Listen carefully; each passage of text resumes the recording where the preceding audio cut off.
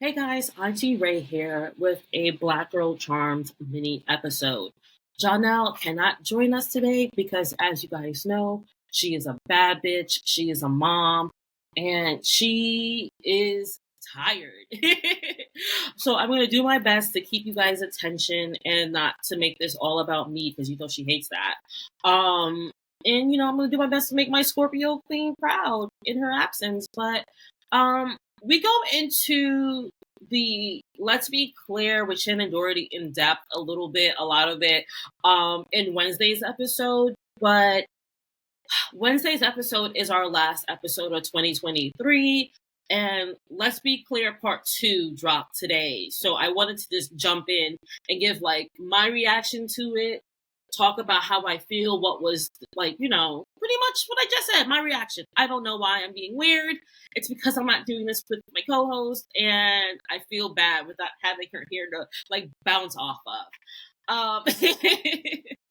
But as somebody who has watched One Tree Hill and Charmed, who pretty much was raised on the WB/CW, today's episode is very like anticlimactic to me. I don't really think anything earth-shattering was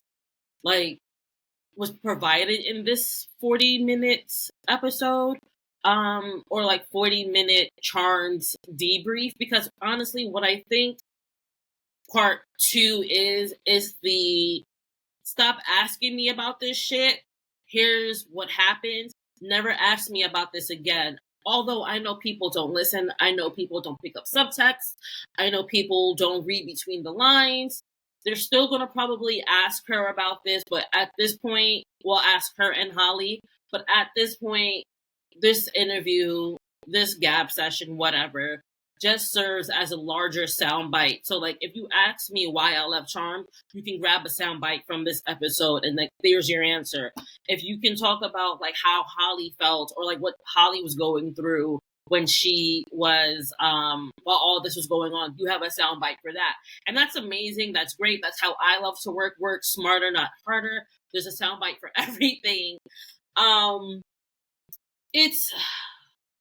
don't want to say it's underwhelming, but it kind of is. I don't like my brain isn't working, my coffee's wearing off, so I don't have a better word for it. But as somebody who has watched and listened to drama queens, listen to the drama queens podcast about One Tree Hill, Hillary, Joy, and Sophia, every episode they kind of uncover or unravel the like private hell that they were going through at the time. And it just shows how the WB/the CW operates as a corporation. Like their tactics were the same in One Tree Hill as it was in Charmed. And it's very sad that like in the 10, 15 years between the shows, nothing really changed strategically. The cast keeps changing or the project keeps changing.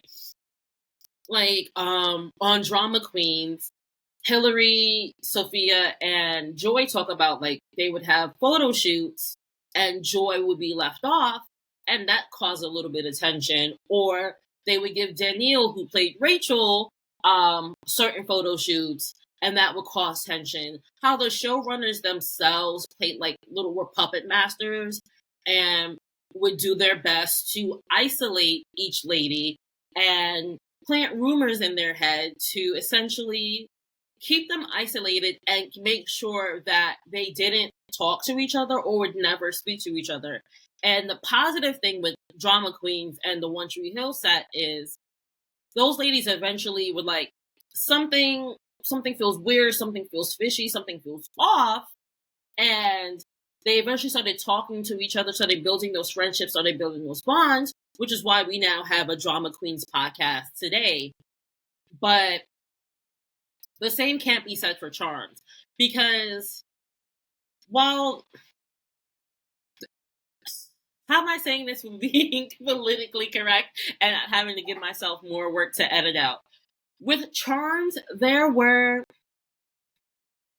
Shannon already had the the reputation of being a diva. She already had the reputation of being somebody difficult to work with. And when it came to Alyssa or Shannen, it's super duper easy to go with Alyssa.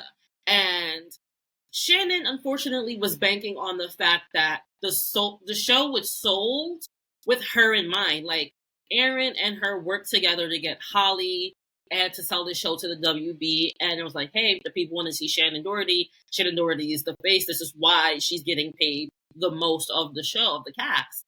And because of that hubris, unfortunately, she didn't work the way that she was supposed to in securing her bag. And while she does chalk it up to being young, she was 27, 28, 29, and being foolish, I think it's not the fact that you were young, it's also the fact that you were working against a machine, working against your own reputation, and working against a shawty who was like, I'm not going to talk about it. I'm going to write about it. And what Alyssa was doing is what anybody in a union, or anybody who has ever worked with a union, anybody who has ever been a shop steward would tell you. Write that shit the fuck down. Don't talk about that shit.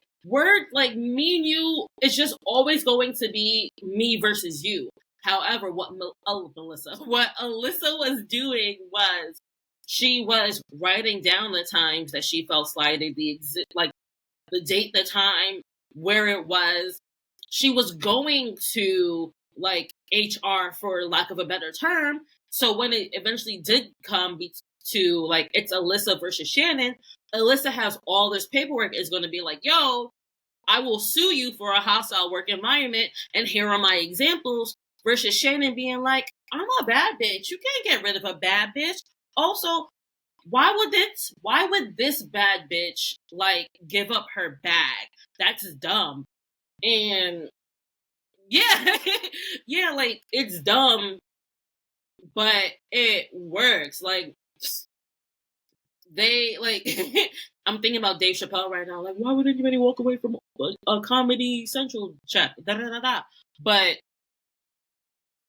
Shannen was banking on her reputation and the fact that the show was sold with her in mind, with her being the lead, which I can't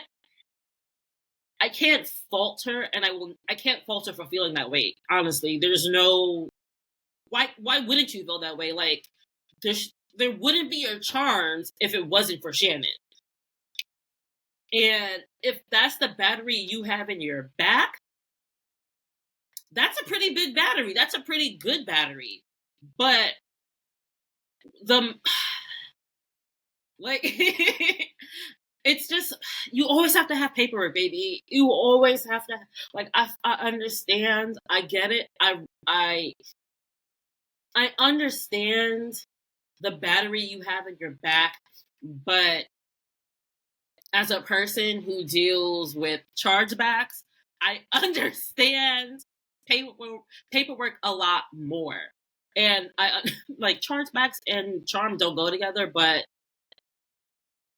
no matter what you do, no matter where you go in life, you always kind of have to have a paper trail. Like, you always have to have something backing you up. You need to have your resume, and you need to have irrefutable proof. And unfortunately, Alyssa had irrefutable proof that you guys were causing a hostile work environment. You guys were not the easiest to work with, and it sucks. So you have Alyssa with the HR paperwork and the HR sign off. You have Alyssa and her man being like, you know, I'm gonna support my shawty, and my shawty says she's doing this. And then you have Holly and Shannen, who, like, at the end of the day would just, like, go home, pop up out of the wine, and be like, hey, yo, this bitch was bugging to each other, versus, hey, yo, this bitch is bugging to HR. And sorry. It just sucks. It honestly sucks. It sucks because we will never, ever, ever, ever, ever, ever, ever get a Charmed with all four. Despite the openness to do it, there's still a lot of ego, there's still a lot of hurt feelings, and I understand the hurt feelings a lot more because Shannen lost multiple bags. Like, Shannen relying on her being Shannen and listening to people who may or may not have had your best intentions at heart made her walk away from Shannen could have been getting paid. She was fired in season 3 and she could have been getting paid through season 8. And because of not setting up for yourself, not believing yourself, and not fighting smartly but emotionally, you lost that bag. And I understand the bitterness, the saltiness of losing a bag. Like, imagine you lose your job in season 3, but you still getting paid 5 seasons later. You don't have to show up. You don't have to sit in makeup. You don't have to deal with shitty scripts. You don't have to deal with working with your nemesis. You don't have to do any of that and still be paid. And you fumble that shit. Of course I'm gonna be salty. Of course I'm gonna be in my feels. No amount of, because I'm older and I have gone through these health crises is going to take that away. Like, I understand forgiving and forgetting, but you only forgive and forget to an extent. And it just sucks that the forgiveness on either side, the ego on either side, just as much as they say that they respect the show, as much as they say that they would love to do like a true send off, because it honestly feels like they are still unhappy. Well, Holly is still unhappy with how the show ended, and how the show ended does a disservice to the show as a whole. It also just makes me feel sad for what could have been, because Shannen is right. If she was going to go out and if she was going to direct her death on the show, her going through a wall wasn't it. Like, Shannen gave the best, like, a really good example of how she would have taken herself out and left the show. It would have been a demon possessing Piper using her powers against Prue and blowing her up, because, eventually Piper powers grow to that, and Piper having to go through season 4, 5, 6, 7, 8, dealing with the fact that she killed her sister. And also, it also sucks because this is Charms. Like, Patty died in the, let's say late 70s, early 80s, and she always popping back the fuck up. Grams died in 1999, and she's always popping the fuck back up. And we never see Prue. The only time we see Prue again is when they refer to her as a bitch. And it sucks. It hurts. Like, as a person who would want to see how this ends, who would want to have the Prue story properly wrapped up, it just, I don't know, man. It leaves me wanting more, but also ultimately understanding that will never happen. And I feel bad for Holly, because Holly in Shannon's podcast says she worked the most hours but was the least paid, and who can't relate to that? It also sucks because, Holly says she intentionally didn't take a pay. She intentionally didn't ask for a raise, because as a producer, she understood how the money was being spent, and you giving me more money here takes away money from the special effects budget, takes away from the guest star budget. She even goes into saying, I'm like, hey, we had to give up Brian on certain days to pay for Nick Lachey. And I'm like, Nick Lachey, honestly, we could have done without him. I don't really think Nick Lachey's Leslie brought anything to the show, but it just sucks because it feels that certain NDAs have expired. So yes, we're going to talk about it and we're going to get stuff off our chest and be clear with everything. But it also feels that like certain NDAs are still active and we will never get the full story. But at this point, I don't think that the full story even matters, because you get the full story and then what? We're still not going to get a charm with all four of them. We're still not going to get like the proper ending that the fans want. It's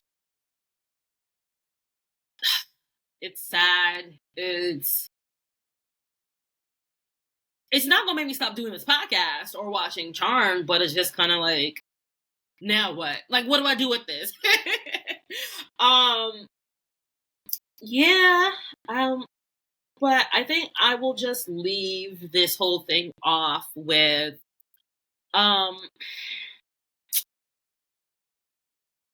this is a good example of talking to your coworkers and building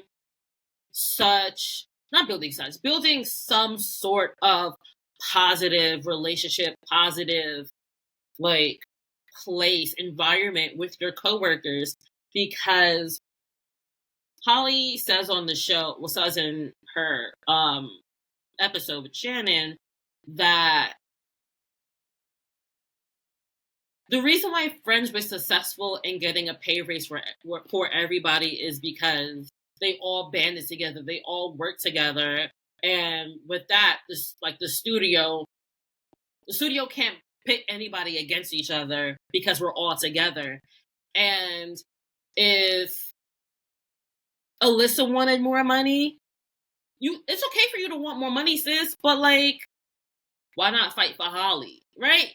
And maybe Alyssa felt that like it wasn't her spot to fight for Holly, because if Shannon's the one who brought you in the show, Shannon should be the one to fight for you. But that's still your bitch. Like, that's still your coworker. That's still your, like,